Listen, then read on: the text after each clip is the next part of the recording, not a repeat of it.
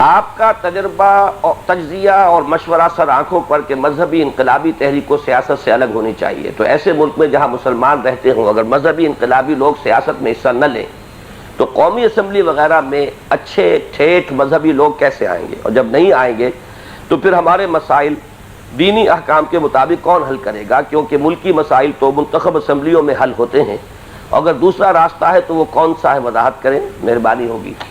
اب راستے ہی کی تو وضاحت میں نے کی ہے، اب میں اس سوال کے بارے میں تو اب صرف یہ کہ حیرانی ہی کا اظہار کر سکتا ہوں۔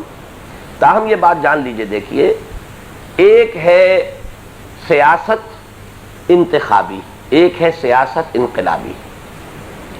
انتخابی سیاست میں جو نظام قائم ہوتا ہے اس کو چلانے والے ہاتھ معین ہوتے، کون چلائے۔ ایک پارٹی کہتی ہے ہم چلائیں گے، حکومت ہمارے ہاتھ میں آئے، دوسری کہتی ہے ہم چلائیں گے، ہمارے ہاتھ میں آئے، ہمارا مینیفیسٹو یہ ہے، وہ کہے گی ہمارا مینیفیسٹو یہ ہے۔ جبکہ انقلابی جماعت وہ ہوتی ہے جو نظام کو بدلنا چاہے، وہ ہاتھوں کی بحث نہیں ہوتی، نظام کو بدلنا ہوتا ہے، ہدف مختلف ہے۔ مثال کے طور پر امریکہ میں دو پارٹیز ہیں، ان دونوں پارٹیوں کا امریکہ کے نظام کے بارے میں کوئی اختلاف نہیں ہے، اس نظام کو دونوں صحیح سمجھتی ہیں، ریپبلکن بھی اور ڈیموکریٹس بھی۔ باقی تھوڑا بہت فرق کیا ہوتا ہے؟ فورن پالیسی کا فرق ہو سکتا ہے، کوئی تھوڑا سا فرق ہو سکتا ہے ٹیکسیشن کے بارے میں، یہ فرق ہوتے ہیں معمولی سے، وہ اپنے اپنے مینیفیسٹوز دیتی ہیں، الیکشن لڑتی ہیں۔ فرض کیجئے کہ وہاں کوئی کمیونسٹ ہیں جو سمجھتے ہیں کہ یہ سرمایہ دارانہ نظام ہی غلط ہے، وہ الیکشن میں آ کے کیا کرے گا؟ وہاں پہ پاگل ہوگا جو اپنا وقت ضائع کرے گا۔ اسے تو وہاں پہ انقلاب کے لیے لوگوں کو ہم خیال بنا کر اپنے سیل بنانے ہوں گے، پھر مظاہرے، پھر کلاس سٹرگل، جو بھی ان کا طریقہ ہے اس کے مطابق عمل کریں گے تو شاید انقلاب آ جائے، ورنہ الیکشن میں کیا ہوگا؟ ہندوستان میں آپ کو معلوم ہونا چاہیے کہ کمیونزم کو ختم کیا گیا الیکشن کے ذریعے سے۔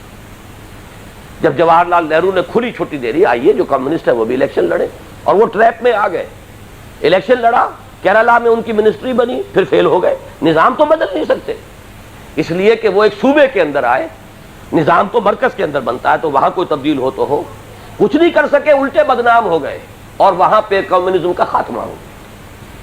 حالانکہ یہ در حقیقت اپنے آپ کو بدنام کروانے والا نتیجہ نکلا۔ اگر وہ اپنی جد و جہد جو ان کا طریقہ اس کے مطابق کرتے تو شاید کچھ عرصے کے بعد وہ انقلاب لا سکتے۔ تو انقلابی پروسیس اور ہوتا ہے، انتخابی پروسیس اور ہوتا ہے۔ ہمیں یہاں اسلامی انقلاب لانا ہے۔ اسلامی انقلاب کے لیے وہ جماعت، وہ حزب اللہ وجود میں لانی پڑے گی، وہ 3 سٹیپس ہیں ان میں سے گزرنا پڑے گا جو میں نے کل بیان کیے۔ پھر ہم چیلنج کریں گے کہ یہ چیز اب ہم نہیں ہونے دیں گے۔ ہوتا کیا ہے کہ جو بھی حکومت وقت ہوتی ہے، وہ جو اس ملک کے اندر جو معاشی نظام ہے اس کے تحت جو لوگوں کے مفادات ہیں، مفادات اور براعت یافتہ طبقات، وہ حکومت ان کو ڈیفینڈ کرتی ہے۔ آپ کو معلوم ہے جاگیردار اس ملک کے اندر جو ہیں وہ سیاسی قوت کے اصل مالک ہیں، زمیندار اور جاگیردار۔ کتنا دباؤ پڑ رہا ہے، دلیل کے اعتبار سے کتنی بات صحیح ہے کہ زمینداروں کے اوپر بھی ٹیکس لگاؤ، لیکن کوئی نہیں لگاتا۔ زمینداری تو بیٹھا ہوا ہے وہاں پہ، وہ ٹیکس لگا دے گا اپنے اوپر۔ بھٹو صاحب نعرہ لگا کر آ گئے تھے، لیکن وہ فیوڈلزم کو ختم نہیں کر سکے چونکہ خود فیوڈل تھے۔ وہ اپنے پاؤں پر کون کلہاڑی مارے گا؟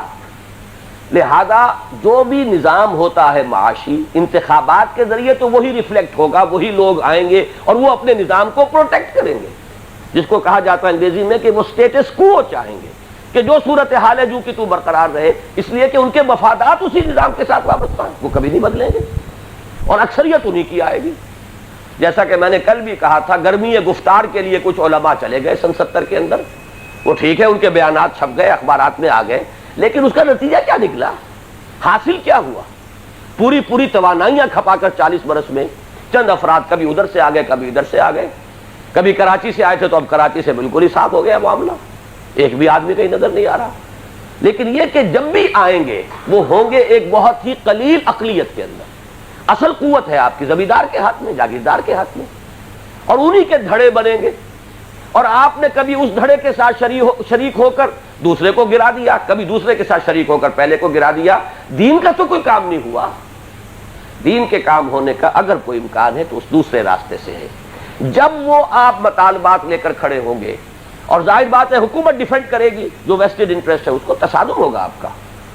پھر اگر آپ کے اندر قربانی کا مادہ ہے، آپ جو آج کل لفظ سن رہے ہیں جیل بھرو تحریک، تو یہی تحریکیں ہوتی ہیں جن سے کہ نظام بدل جاتے ہیں۔ کانگریس نے ایک زمانے میں جیلیں بھر دی تھی کہ نہیں؟ انگریز آسانی سے جانے والا تھا یہاں سے، جیلیں بھری گئی ہیں، لوگ ریل گاڑیوں کے آگے بیٹھ گئے، چلاؤ انجن، ہم پڑے ہوئے ہیں چلاؤ۔ اس طریقے سے جب عوامی قوت اٹھتی ہے تو بڑی سے بڑی طاقت بے بس ہو جاتی ہے۔ زار کی فوجیں راستہ نہیں روک سکی کمیونسٹ ریولوشن کا، یہ ہمارے شہنشاہ ایران جو ہے وہ راستہ نہیں روک سکے جب لوگ آ گئے سڑکوں کے اوپر۔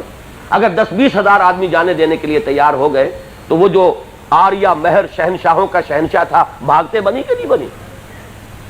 یہ ہوتا ہے انقلاب کا۔ دوسرا یہ کہ ان کے اپنے تصورات کیا تھے، نہ کمیونسٹ ریولوشن ہمارے لیے اسوہ ہے، نہ ایران کا جو بھی شیعہ انقلاب ہے وہ ہمارے لیے کوئی نمونہ یا اسوہ ہے، ہمارے لیے تو انقلاب محمد ہی اسوہ ہے۔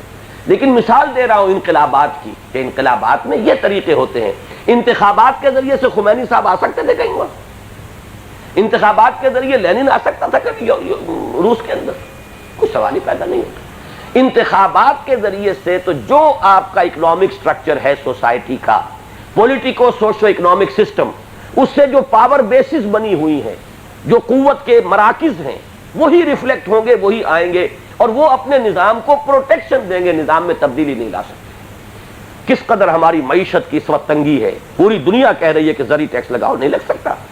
کیسے لگے گا؟ نہ IGI لگا سکتی ہے اور نہ وہ پیپلز پارٹی لگا سکتی ہے۔ ادھر بھی وہی وڈیرے اور سرمایہ دار اور جاگیردار، ادھر بھی وہی وڈیرے اور سرمایہ دار اور جاگیردار۔